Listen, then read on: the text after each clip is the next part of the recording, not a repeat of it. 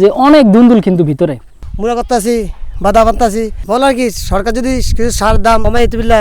আসসালামু আলাইকুম সুপ্রিয় দর্শক, আমি কথা বলছি চাঁদপুর শহরের 4 নং শাহ মোহাম্মদপুর ইউনিয়ন রনবুলিয়া গ্রাম থেকে।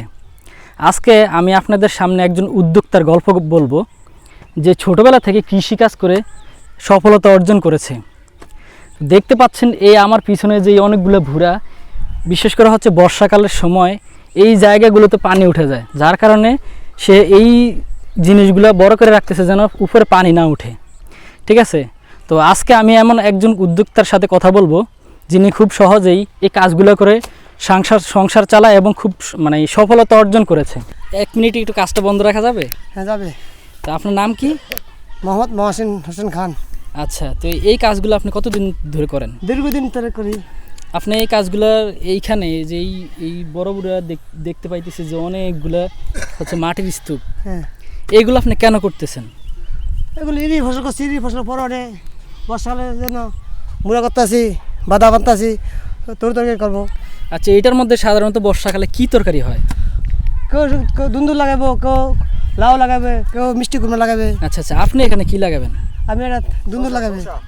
আচ্ছা, এরকম আপনার কি কোনো জমি আছে যেখানে আপনি ফসল করছেন, এই মুহূর্তে আমাদেরকে দেখাতে পারবেন? আছে। কোথায় আছে? ওই যে পশ্চিম বিলে আছে। আচ্ছা, ওই দিকে না? হ্যাঁ।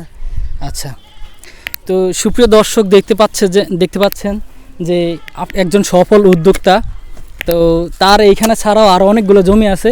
চলুন আমরা ওনার ওই জমিগুলো দেখে আসি। তো আমরা এখন তার ওই জমিটার দিকে যাচ্ছি। এখানে দেখতে পাচ্ছেন অনেক ঘাস। এখন আমরা সামনের দিকে যাব। তো দেখতে পাচ্ছেন আমরা চলে আসছি তার সেই কাঙ্ক্ষিত জমিটিতে। এইখানে দেখেন ভিতরে অনেক দুন্দুল, ক্যামেরাটা নিচ থেকে দেখাও, যে অনেক দুন্দুল কিন্তু ভিতরে। এইখান থেকে সে অনেকগুলো দুন্দুল সংগ্রহ করে। দেখেন আপনারা যারা শহরে বসে খুব সহজেই এই তরকারিগুলো পেয়ে যান, আসলে এইখানে অনেক শ্রমের বিষয়। ঠিক আছে, তো এই শ্রম দিয়ে যারা কৃষক আছে তারা এই শ্রম দিয়ে তারা এই ফসলগুলো উৎপাদন করার পর আপনাদের কাছে যায়। ঠিক আছে, কিন্তু সত্যি কথা বলতে যারা কৃষক আছে তারা কিন্তু তাদের প্রকৃত মূল্যটা ঠিক পায় না। ঠিক আছে, কৃষকদের কাছ থেকে যারা হচ্ছে দালাল বা যারা তাদের কাছ থেকে পাইকারি নিয়ে সেল দেয়, তারাই আসলে প্রফিটটা করে। কিন্তু তাদের দিন রাতে যে খাটুনি, এই খাটুনির কারণে তারা যেই প্রফিটটা পাওয়ার কথা, তাদের যেই কাঙ্ক্ষিত যে ফলাফল পাওয়ার কথা, ঠিক তারা এইটা পায় না। তো এটা হচ্ছে আমার বাংলাদেশে যে কৃষক আছে তাদের হচ্ছে এই কষ্টের কারণে এই কথাগুলো আমার চলে আসছে। আপনারা কেউ কিছু মনে করবেন না। তো দেখতে পাচ্ছেন আমিও ভিতরে ঢুকি। কাকা, কোনো সমস্যা আছে ভিতরে ঢুকলে? তো দেখতে পাচ্ছেন এই যে অনেক সুন্দর, এটা হচ্ছে দুন্দুল। দেখতে পাচ্ছেন এটা দুন্দুল। তো ভিতরে অনেক দুন্দুল আছে।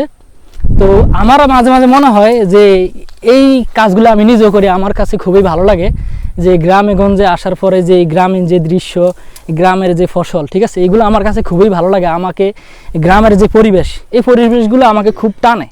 ঠিক আছে, ভিতরে দেখেন অনেক অনেক দুন্দুল আছে ভিতরে। কৃষক ভাই, আপনার সাথে একটু কথা বলবো, এখানে আসেন। আচ্ছা, আপনি যে এই ফসল ফলান বিলের মধ্যে এত কষ্ট করে, আমরা যে রোদের মধ্যে কিছুক্ষণ আছি তাতেই আমাদের যেই অবস্থা মনে হয় যেন পুড়ে যাচ্ছে শরীর, গা, এমন এক অবস্থা। তো আপনি যে এই ফসল ফলান, আপনার কেমন প্রফিট হয়? না, অসহত প্রফিট না, কিন্তু সারের দাম বেশি, এরপরে বেচতে গেলে মূল্য পাওয়া যায় না। মানুষের দাম বেশি, মানুষের হাজিরা বেশি, সারের দাম বেশি, সারের দাম কিছু কম হইতো, কিছু প্রফিট হইতো, বিভিন্ন সারের দাম বেশি তো। আচ্ছা, আপনি এই যে আপনার এই যে সরঞ্জাম বা সার, কীটনাশক, এই বিষয়ে কি আপনার কিছু বলার আছে?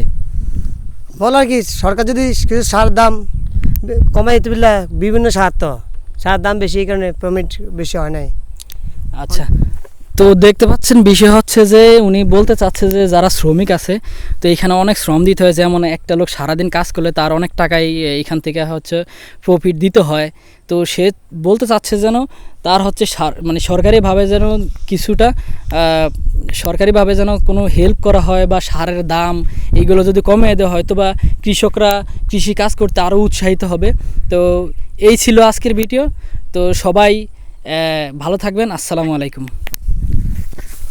Thank you.